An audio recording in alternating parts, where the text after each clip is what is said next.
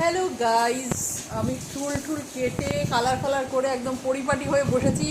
আমার বরের মোটামুটি পয়সা খসিয়ে অনেকগুলো টাকা খসিয়ে দিয়েছি, তোমাদের আইডিয়াই আছে। তো এবার তোমাদের একটা জিনিসই দেখাবো যে আমার বরের আমাকে এই রূপে দেখে, মানে পকেট তো খরচ হয়েছেই, কাটাকাটি গেছে পকেটে, তারপরে আমার বরের অভিজ্ঞতা আর রিয়াকশান, সেটা দেখানোর জন্য ভিডিওটা করা। এবার প্রশ্ন করি, উত্তরগুলো তোমরা শোনো। এই যে আমি চুল কেটে এলাম, মানে এই যে হেয়ার কালার ট্রিটমেন্ট করে এলাম সব কিছু, তোমার মোটামুটি কম যায়নি, আমি বলতে চাই এটা কত গেছে। এটা তোমার রিয়াকশানটা দেখানোর জন্য ভিডিওটা করা। তোমার কেমন লাগছে বলো, বউকে এত সুন্দরী দেখে? আমার খুবই ভালো লাগছে ব্যাপারটা। আমি চাই যে এরকম প্রত্যেক স্বামীরই আর কি এই অভিজ্ঞতাটা হোক। আর আপনারা তুই এত ভালো ক্যামেরা অনের পর বলছি, এটা আপনারা ক্যামেরার পিছনে কি এই কথা বলেছিলি সকাল থেকে? দেখতেই পাচ্ছেন যে আমার যে কেস যেগুলো আছে আর কি, এগুলো তো আমি কাটিনি দেখে এই টাকাগুলো জমিয়ে আমার মানে অর্ধাঙ্গিনী পূর্ণাঙ্গিনী যাই বলুন না কেন, চুলের মধ্যে ইনভেস্ট হয়ে গেছে। এবার তাতে আমার অনেক সমস্যাও হচ্ছে, সেটা হচ্ছে মাঝে মাঝে খেতে গিয়ে নিজে দাঁড়িয়েও খেয়ে ফেলছি। তা ঠিক আছে, এগুলো সব একটা অভিজ্ঞতা। আমি চাই যে আমার মতন সবার অভিজ্ঞতা হোক, আপনারাও বলুন। সবার পকেট খুশি, আমি সেটা বলবো না, সেটা তাদের ব্যক্তিগত ব্যাপার। কিন্তু আমি আমার দাড়ি এত বাড়িয়েছি, এই এতদিন ধরে প্রায় 6 মাস হয়ে গেল আমি দাড়ি কাটি। আমার ওই টাকাগুলো আর কি 6 মাস যদি তুই দাড়ি না কাটতি না, তুই রামদেব হয়ে যেতি, এতখানি দাঁড়িয়ে বুঝেছিস?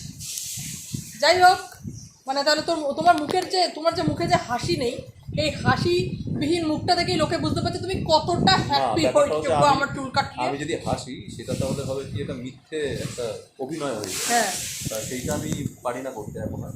এর আগে হয়তো আমাকে অভিনয় করেছি, কিন্তু এখন আমি অভিনয় করতে পারি না, যেহেতু আমার একটা পা মাটিতে আর একটা পা আরেক জায়গায় আছে, সেই জন্য। এত কথা কে বলতে বলেছে? তুমি আমার চুল কাটা, আমার এই হেয়ার স্টাইল নিয়ে তুমি হ্যাপি কি হ্যাপি না সেটা জানতে চাইছি, এত কথা তো দরকার নেই আমার। সেটা তো লোকজন বলবে আমার মুখ দেখে আমি হ্যাপি আছি।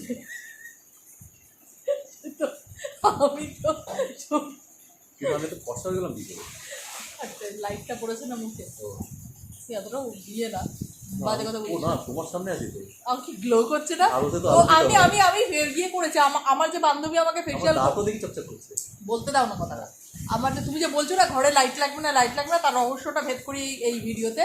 আমার যে স্কিনের যে ফেসিয়ালটা করা হয়েছে, সেটা একটা কোরিয়ান ফেসিয়াল করা হয়েছে, আমার বান্ধবী করে দিয়েছে। বান্ধবী গ্যারান্টি দিয়েছিল যে এই ফেসিয়াল করে বাড়িতে গেলে বর লাইট জ্বালাবে না ঘরে, কিন্তু এটা জানিয়েছি ঠাকুরের কাজ হচ্ছে দেখে ওখানে, সেই কারণে। কিন্তু সত্যি কি স্কিনটা গ্লো করছে, গ্লো করছে স্কিনটা দেখে ভালো লাগছে তো। এটা তো আমি দিয়েছি পয়সা, বল। চুলেরটা নয় তুমি দিয়েছো, এই স্কিনেরটা তো আমি দিয়েছি। কিছু জিনিস না উত্তর না দিয়ে অনেক উত্তর দেওয়া যায়, মানে শব্দ লাগে না ওগুলো, ওগুলো কিছু ভাব প্রকাশ করেই। এই আপনারা হাসিটা আমার দেখুন, আর মানেটা বুঝে নিন। ক্যামেরা বন্ধ করে দিই। একটা হয় না যে এক একটা হয় না, যেরকম দুঃখের কান্না একটা সুখের কান্না, আপনি বুঝে নিন ভালো বলবেন কোনটা। বাটের কথা বলি। চলো টাটা। আমাকে কেমন লাগছে তোমরা একটু জানিও। এখন একটু ল্যাপা পাতা লাগছে, কারণ সবে মতো করে এসেছি। টাটা।